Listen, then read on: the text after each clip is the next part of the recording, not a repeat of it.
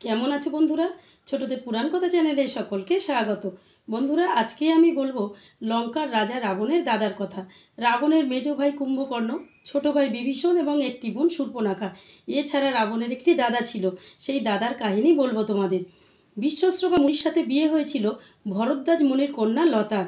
সেই লতা এবং বিশ্বশ্রবা মুনির একটি পুত্র হয়েছিল, তার নাম কুবের। কুবের বড় হয়ে বিভিন্ন দেবতার কঠোর তপস্যা শুরু করলো।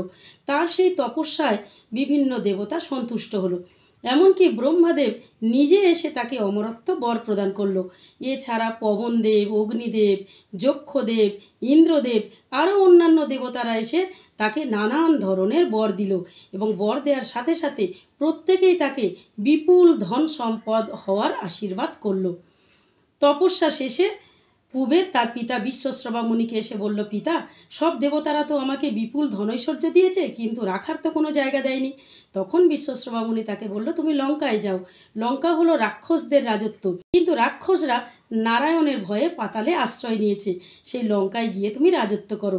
পিতার কথা শুনে আনন্দিত মনে কুবের লঙ্কায় গেল এবং লঙ্কাকে স্বর্ণ লঙ্কায় পরিণত করলো এবং সেখানে সুখে রাজত্ব করতে থাকলো। তার সেই রাজত্ব করা দেখে পাতালে থাকা রাক্ষসরা চিন্তিত হয়ে পড়ল।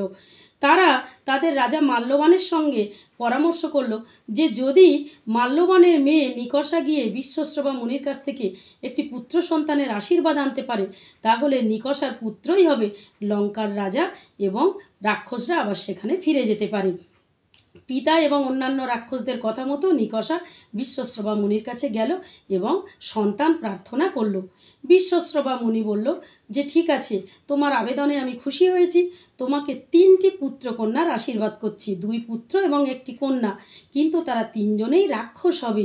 তোমার বড় পুত্র হবে দুরাচার, রাগী, মেজ পুত্র তাই হবে, মেয়েও হবে রাক্ষসী।